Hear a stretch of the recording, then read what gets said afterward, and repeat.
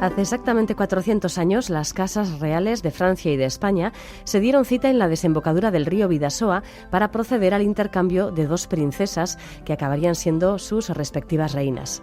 Fue el 9 de noviembre de 1615 cuando Isabel de Borbón, hermana del rey de Francia, dio su mano al futuro Felipe IV de España, quien a su vez hizo lo propio con su hermana Ana de Austria, que sería la futura esposa del monarca francés Luis XIII. Este episodio histórico, denominado Las entregas del Bidasoa, quiso sentar las bases de una paz aparentemente sólida entre las dos grandes potencias de la cristiandad, pero al final no fue así, ya que el estallido en 1618 de la Guerra de los 30 años desbarató todo este juego de alianzas en el tablero europeo. Una guerra además en la que esa misma cuenca baja del río Bidasoa fue escenario de un importante hecho de armas. Y en todos estos acontecimientos aparecen jugando un papel fundamental dos figuras trascendentales para la construcción de los nuevos estados modernos que por aquel entonces se estaban configurando. Por el lado español, el conde duque de Olivares, y por el francés, el famosísimo cardenal Richelieu. Vamos a hablar hoy de la entrega del Bidasoa, y con este tema, que parece en un momento dado puramente anecdótico, vamos a ir desgranando, ¿verdad, Juan Aguirre? Arrachaldeón, una Eva. Serie de episodios históricos de gran relevancia. Pues sí, vamos a ver que la cosa tiene mucha miga y un gran desarrollo histórico más allá de los 400 años que ahora conmemoramos. Y lo vamos a hacer con Imanol Merino Marillos, que es investigador y doctor en historia. Este mismo verano defendió su tesis doctoral en la UPV, que trata sobre un tema que de alguna manera enlaza con lo que vamos a hablar: el Consejo de Cantabria, que fue un órgano creado por la corona durante esa guerra entre Francia y la monarquía hispánica, y que estaba radicado precisamente en Vitoria. Bueno, pues Imanol tiene como líneas de investigación la historia política de las provincias vascas durante los siglos XVI y XVII, la historia de la guerra y su administración en la monarquía hispánica, donde, por cierto, como él ha desarrollado en sus trabajos, pues la presencia de vascos fue muy importante dentro del aparato administrativo. Además, ha desempeñado labores como docente, como conferenciante y como divulgador de temas históricos. Arrachaldeón, Imanol. Arrachaldeón, Juan, y arrachaldeón, Eva. Bienvenido a la mecánica del caracol. Arrachaldeón. Bueno, oye, ¿te parece, Imanol, que empecemos comentando ese mecanismo que ha presentado al comienzo Eva, ese mecanismo de alianzas entre los estados, que consistía en entregar una mujer a cambio, como moneda de cambio para las ententes diplomáticas? Entonces, al hilo de esto era una cosa que estaba arraigada en los usos y costumbres del antiguo régimen, y en tal caso era solo ahí a esa escala de reyes y de príncipes, o también en escalafones más bajos se daba esta cosa que, en fin, que hoy nos parece increíble, pero era parte de la realidad. Sí, pues Juan, como bien has dicho, era realmente una práctica muy establecida en el periodo. Tenemos que tener en cuenta que no estamos hablando de los modernos o de los actuales estados-nación, sino que estamos hablando de un periodo en donde las entidades políticas, por así decirlo, venían configuradas o estaban configuradas mediante distintos territorios, reinos, ducados, condados, señoríos y demás, que tenían cada uno su respectivo señor natural, pero que en varias ocasiones coincidían, o un señor podía ser titular de varios territorios.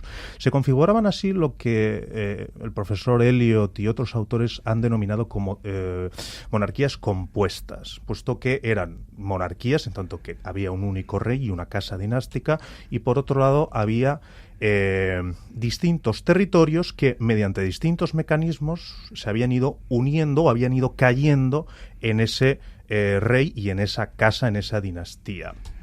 Y uno de esos mecanismos, de los principales para que fueran a tener el mismo titular, era precisamente el de las bodas, el de estos matrimonios que se daban a nivel de reyes, y en donde además hay que destacar que la Casa de Austria, la dinastía Habsburgo, que les sonará seguramente a los oyentes, tuvo un papel y la desarrolló de forma, podríamos decir, casi brillante, aunque esto es un juicio de valor posterior. De hecho, en el periodo se llegó a acuñar o llegó a redactarse un dicho conocido ya en la época, que era algo así como que deja que los otros hagan la guerra, tú Austria, cásate. Y ciertamente, gracias a esa política matrimonial, llegará a tener el emperador Carlos, tan famoso hoy en día por la serie, a tener unos dominios tan vastos que abarcaban, ya durante el periodo de su hijo, aunque él no será titular del imperio, llegarán a abarcar prácticamente todos los continentes. No era algo privativo de la Casa de Austria, lo hacían todas las casas reales, tanto para aliarse como para tal vez reducir las tensiones, los conflictos, aunque podía darse el caso de que al final acabara heredando un gran complejo.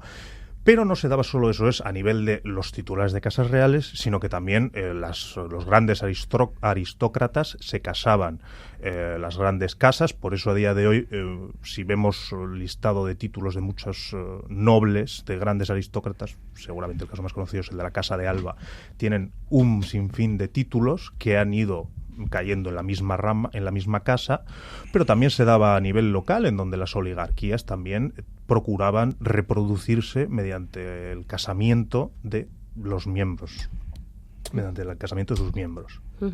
En el siglo XVI, el barroco está en pleno apogeo. Es una época muy teatral en la que las apariencias cuentan mucho, y en esta clase de ceremonias reales seguramente se llevaba todo esto al extremo. En los cuadros de la época, el intercambio de princesas en el río Bidasoa parece un espectáculo preparado con detalle, de las grandes funciones teatrales de hoy en día también. Sí, exacto, es verdad. O sea, nada se dejaba al albur, al azar. Todo estaba milimetrado, todo estaba calculado y establecido al milímetro. Había unos protocolos muy importantes. Yo animaría a los oyentes que si tienen internet a mano, cuando tengan internet a mano, busquen simplemente entregas Bidasoas 1615. Seguramente las primeras imágenes que les aparecerá es los cuadros precisamente que has mencionado, Eva, de estas entregas, y en donde podrán ver cómo el río Bidasoa hay dos casetas a los laterales, en el lado de Francia y en el lado español, de donde salen dos embarcaciones que van a converger en una barca central, que es donde se realizará la entrega en un punto más o menos neutral. Todo estaba calculado, tratando de transmitir la autoridad y la importancia, el lugar, por así decirlo, que ocupaba cada uno de los reinos en el complejo, en las relaciones internacionales, por así decirlo, y es algo que también se repetirá en 1659-60, cuando se negocien precisamente la famosa paz de los Pirineos, y en la entrega de la infanta de España a Luis XIV. Sí, a mí me hace mucha gracia que el esfuerzo que hicieron para que todo se desarrollara con una perfecta simultaneidad y geometría igual, de tal modo que las dos barcas llegaran al centro en el mismo instante de la misma manera, para que ninguna, digamos que de alguna manera diera una imagen de superioridad o de preponderancia sobre la otra. Sí, exacto, es verdad, porque es que, claro, o sea, en ese momento en donde realmente se están confrontando y están convergiendo los dos titulares, que son dos titulares que representan, que encarnan a sus respectivos reinos, a sus respectivas monarquías, por lo tanto era necesario, eso es, que todo estuviera calculado y tratar de establecer un plano de igualdad entre ambas infantas que iban a desposar a ambos titulares. Y era necesario los titulares también, quiénes iban en cada séquito, todo estaba calculado y establecido. Y es precisamente cuando ahí emerge en la historia el conde de Olivares, que todavía era un funcionario, digamos, intermedio, ¿verdad? Y fue la ocasión también, en aquel momento, en el que el entonces obispo Richelieu, futuro cardenal, pues consigue a través de María de Médicis colocarse a su paso por Poitiers. María de Médicis le ficha, digamos. Entonces aquí comienza casualmente las historias de estos dos personalidades que le tendrían luego un papel de primera magnitud en la historia de sus respectivos reinos. A ver, Imanol, ponnos un poco de antecedentes de estos, del conde de Olivares y del cardenal Richelieu. Pues sí, de hecho, las coincidencias, por así decirlo, entre ambos personajes son sorprendentes. Ambos nacen en más o menos la misma época, con 2 años de diferencia. El futuro cardenal Richelieu en 1585, el conde de Olivares en 1615, todavía conde de Olivares en 1587. Ambos son no son los primogénitos, es decir, no están destinados a heredar la casa de la que son miembros, pero sin embargo por distintos avatares, pues por eso, en parte por eso, que no fueran titulares, que no fueran a heredar, tienen una sólida formación universitaria, pues justo que se les envía a misiones, bien, o la carrera militar o la carrera eclesiástica, que era la salida natural. Sin embargo, ambos acaban, en el caso del conde de Olivares, acaba heredando el título. Ambos efectivamente desarrollan importantes papeles desde el punto de vista de nobleza local. Y en 1615, precisamente, dado que se crea la casa del príncipe Felipe, el príncipe Felipe, futuro Felipe IV de España, ahí es donde entra el conde de Olivares y donde empieza a ejercer una especie de tutela, o se gana la confianza del futuro rey.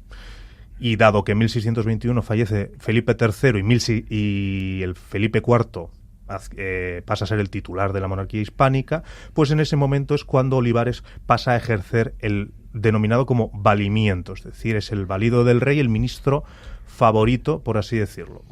Tras un breve periodo en el que comparte el poder con su tío Baltasar de Zúñiga, finalmente en 1622 ya va a ser él el que hasta 1643 ejerza el poder casi de forma omnímoda, es decir, de una forma casi absoluta, o al menos es el ministro principal. Y en el caso de Richelieu es cierto que hay una vertiente menos personal, es decir, mientras Olivares se gana la confianza del monarca y tiene un papel muy importante desde el punto de vista de la vida personal e íntima del monarca, el cardenal Richelieu, Luis XIII, confía en él más que nada por sus dotes políticas, no hay tanta afinidad personal. Richelieu hacia 1624-25 es cuando ya asciende al cargo, asciende al valimiento, y lo ejercerá hasta su muerte en diciembre de 1642. En 1618 se inicia la Guerra de los 30 años, la paz de las princesas duró 3 años, poco más, casi lo que a lo mejor les duró la luna de miel. Y fue una guerra especialmente sangrienta y catastrófica para Europa. Si atendemos a las cifras de muertos que se dan o que se calculan, fue proporcionalmente peor que la Primera y la Segunda Guerra Mundial juntas, porque claro, estamos hablando de 30 años de guerra. ¿De 30 años clavados o fueron 33? No, esto no es como en el caso de la famosa Guerra de los 100 años, que todo el mundo la conoce como la Guerra de los 100 años, y duró 116, aunque de forma interrumpida. En este caso, sí. Lo que pasa es que la Guerra de los 30 años es un conflicto, para empezar, muy complejo y muy devastador. Porque todo el mundo luchaba contra todo el mundo, a priori. Sí. Realmente la Guerra de los 30 años es lo que conocemos como la guerra que se desarrolló en lo que entonces se conocía con el nombre del Imperio, que sería, para hacernos una idea, la actual Alemania, más unos territorios que estaban próximos o fronterizos, como era Austria, de donde era el emperador, los Habsburgo. Sin embargo, es un conflicto que se encona y que a la vez tiene otras ramificaciones, porque mientras que se da este conflicto, la Guerra de los 30 años, que en puridad, por así decirlo, es el conflicto de Alemania, que está ya en 1618, se está dando también el conflicto hispano-holandés, que lleva desde 1566-67, es decir, la Guerra de los 80 años se llama también. Y por otro lado, 1635 estallará el conflicto entre Francia y la monarquía hispánica. Y en 1636 el emperador comienza las hostilidades entre Francia y el imperio. Es un gran conflicto que es cierto que se le puede denominar la Guerra Civil Europea, y es una guerra civil de carácter religioso por un lado, puesto que de forma un poco maniquea se habla de protestantes frente a católicos, aunque a Richelieu no le dolieran prendas en apoyar, el muy católico Richelieu apoyase a los protestantes frente al emperador, puesto que había también un conflicto político, que era el emperador por un lado, que quería consolidar su poder como emperador frente a los duques y demás titulares de territorios en el imperio, que querían todo lo contrario, debilitar al emperador y fortalecer su posición. Es decir, hay 2 o más conflictos dentro de esa Guerra de los 30 años, que es cierto que también se le denomina a veces también como la Primera Guerra Mundial, puesto que en ese momento los territorios europeos tenían proyección, tenían posesiones a lo largo y ancho del globo, y el conflicto, que en origen es europeo, también se dará allí donde los europeos tenían posesiones. Y en plena Guerra de los 30 años, pues otra vez el Bidasoa vuelve a ocupar un primer plano cuando las tropas francesas atacan a Fuenterrabía o a Hondarribia, como preferamos, entonces era Fuenterrabía, y se produce aquel famoso sitio del verano del 38, que todavía hoy se conmemora su levantamiento con el alarde del 7 de septiembre. Y es además este sitio el que marca el momento de mayor prestigio del conde duque. Y eso que parece ser que él no estuvo presente, aunque Velázquez y Manuel lo pinta triunfalmente sobre un caballo apuntando al paisaje del Bidasoa al fondo. Aquí tenemos un debate, por así decirlo, porque claro, si alguien acude al Prado, yo lo he visto por el catálogo digital, también cuando he ido allí, el famoso retrato ecuestre del conde duque de Olivares. Al principio creo que estaba datado hacia 1634, ahora ya en el catálogo oficial aparece 1636, claro, no casa con el sitio, que es de 1638. ¿Qué es lo que sucede? Que desde el punto de vista de la historia del arte, al parecer se basa principalmente en la postura del caballo, que parece estar basada en otro modelo en el que se debió de guiar Velázquez. Sin embargo, de los historiadores, sobre todo John Eliot y otros grandes historiadores, comentan ciertamente que seguramente es un cuadro posterior, de 1639-1640, puesto que todo indica que lo que ahí se refleja es el sitio de Fuenterrabía, en el que efectivamente no estuvo de cuerpo presente, por así decirlo. Pero es cierto que, no sé si hablar de espíritu, pero sí que estuvo muy implicado el conde duque de Olivares. Pidió varias veces a su rey que le dejara acudir, unas peticiones que a posteriori muchos han interpretado como falsas, es decir, como una falsa oferta al monarca, pero que yo, sin embargo, considero que tal vez había algo de cierto, puesto que él mismo, en una carta al cardenal Infante, que era el hermano de Felipe IV, al hermano del rey, le confiesa que el conde duque confiesa que no sabe de cuestiones militares, pero dice que es práctico en el territorio. Lo conoce. ¿Y de qué lo conoce? De que en 1615 había acudido como parte del séquito.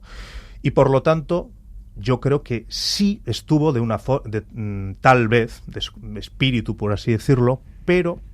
Y por eso, seguramente, quiso ser retratado de esa forma, con ese aureola, con esa postura, por parte del mejor pintor de la época, del pintor de Velázquez.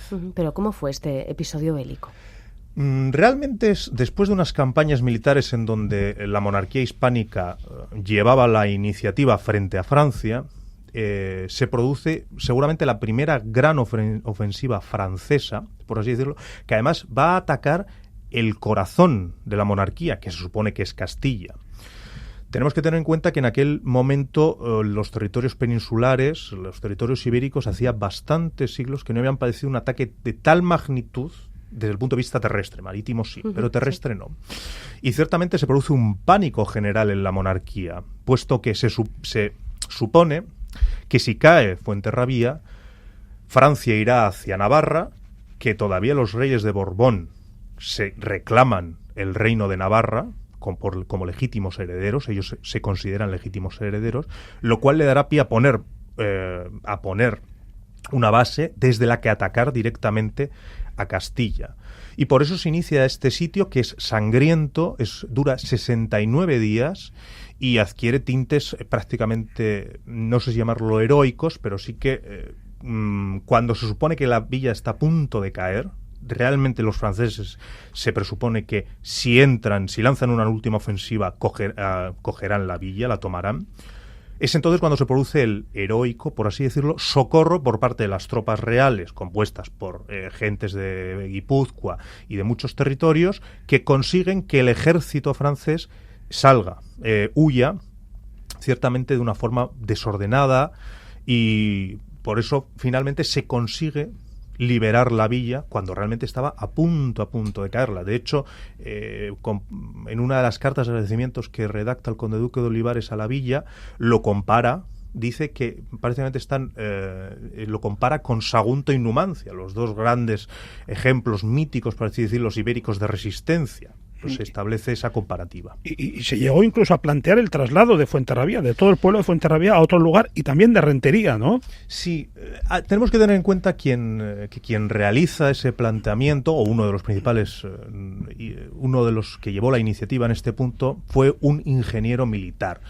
Un ingeniero militar que, claro, él lo que velaba era por los intereses puramente militares, estratégicos, y es alguien a Marco Antonio Gandolfo, un personaje muy interesante, que acude a la frontera y realiza un examen desapasionado sobre la situación en ese momento de los presidios, de las fortificaciones y demás, y él observa que Fuenterrabía está en una posición estratégicamente muy mala. No protege a la provincia, el paso de Beovia sigue estando expedito, no protege ese paso, y sin embargo es muy fácil de atacar una vez el ejército contrario, el ejército francés, haya pasado la frontera, y también se puede realizar desde el otro lado del Bidasoa, es decir, es muy vulnerable, y por eso plantea la posibilidad de trasladarlo, por lo menos dejarlo, y centrarse en otra fortificación que sí realmente proteja a la provincia. Y esto es algo en donde el conde-duque de Olivares se negará de pleno. Él realmente, la corte, si se ven los votos y los pareceres del periodo, él realmente dice que sería una auténtica injusticia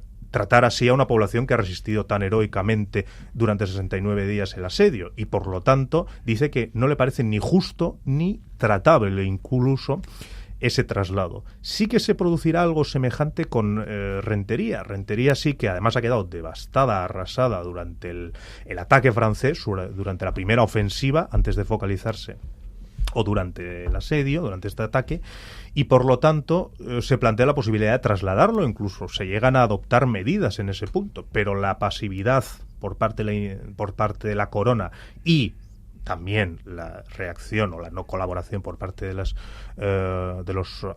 vecinos de Rentería finalmente hizo que no se trasladara y que todo permaneciese en su lugar. Y bueno, pues las vidas paralelas que has comentado, Imanol, de Richelieu y de Olivares, terminan también prácticamente de manera simultánea, o al menos simétrica, ¿verdad? Porque el azar quiso que, con diferencia de solo unos días, el cardenal murió y poco después el conde-duque cayó en desgracia y fue desterrado. Pues sí, ciertamente esas vidas paralelas de las que hemos hablado hasta el principio prácticamente llegan hasta su final, aunque es cierto que, curiosamente, Richelieu fallece en el diciembre del 42 y un mes y poco después Olivares es cesado, no muere en 1645. Esa vida paralela, y estos dos podríamos incluso denominar o considerar enemigos íntimos, aunque no hay constancia de que, juraría que no hay constancia de que se llegaran a conocer, pero sí es cierto, como principales ministros tuvieron un papel muy importante en este conflicto. Es ciertamente curioso que mientras mantuvieron vidas paralelas, y es decir, y al final de sus ministerios, por así decirlo, ninguno había tenido el éxito triunfal ni el otro había fracasado de forma estrepitosa, con posterioridad sí que es cierto que se tiende a interpretar el ministerio de Richelieu, pese a ser alguien que adopta medidas muy rigurosas, un personaje clave en la historia de Francia. Recuerdo haber leído en un historiador de estos decimonónicos como mientras Richelieu preparaba el camino para Luis XIV, el Rey Sol, el conde-duque de Olivares parece que preparó el camino a Carlos II. No recuerdo exactamente el adjetivo que utilizaba, pero vamos, no era precisamente favorable a ese monarca. Esa interpretación posterior nos ha condicionado mucho la visión que tenemos de estos dos ministros, estadistas casi se les podría denominar, puesto que eran gentes que sobre todo buscaban glorificar o buscaban la gloria, el prestigio y la autoridad de su monarca, reforzarla en cierta medida, y yo creo que podríamos hablar más de eso, de vidas paralelas, que no de triunfo-éxito, porque es cierto que además son dos términos, dos conceptos que miramos muy a posteriori, sabiendo posteriormente lo que pasa. El caso de Richelieu, poca gente se acuerda que después del después del ministerio de Richelieu hay una revuelta general en toda Francia, que es la Fronda, que es un momento crítico. Sin embargo, Olivares es más conocido, más recordado por lo que sucede en 1640 con la famosa rebelión de los catalanes, la rebelión de Portugal de diciembre y demás. Pero sí es cierto que es curiosa esta vida paralela de dos ministros que sobre todo buscaron la gloria de sus monarcas. Pues yo, para terminar, Juan, me voy a quedar con una idea. ¿Qué pensarían las princesas cuando saltaban de barca en barca? ¿Se cruzarían? ¿Se dirían algo? Me imagino que cruzaron la pasarela. La que te espera. Sí, tenían una pequeña ceremonia de mutua y recíproca de saludarse y tal y cual. Pero bueno, no hablaban ni el mismo idioma, ¿eh? Ojo, la española fue allí sin saber ni mu de francés. Sí. Claro, y luego además se sospechaba mucho de ellas porque, claro, hemos de tener en cuenta no tanto en ese momento del intercambio, sino luego en la corte. Pues enemiga. Apáñate, claro. Claro, además eres, no sé si decir mal vista, pero sí es cierto que eres además hermana de el monarca que desde 1635 va a ser enemigo. Sí, y por lo tanto muchas veces tuvieron que hacer muchos más esfuerzos de los que en teoría se podría esperar de ellas para demostrar lealtad y fidelidad a su esposo, a su monarca. Y a su nuevo país. Y exacto. De rebote. A su nuevo, eso es, porque realmente eso es. Isabel de Borbón, de hecho, la reina de la monarquía hispánica, la mujer de Felipe IV, tiene un papel muy importante en la corte, y lo mismo la mujer de Luis XIII. Son figuras muy, muy importantes, sobre todo durante la minoría de edad, porque Luis XIV Luis XIII fallece en 1643 y, claro, Luis XIV no alcanza la mayoría de edad hasta 1651, 52, si no me equivoco, y durante ese periodo es la reina la que ejerce como regente, y claro, la reina regente es la hermana de el rey enemigo. Y claro, tuvieron ciertamente un papelón, por así decirlo. Gracias, Juan. Gracias, Imanol. Hasta otra Muchísimas ocasión. gracias a vosotros. Agur.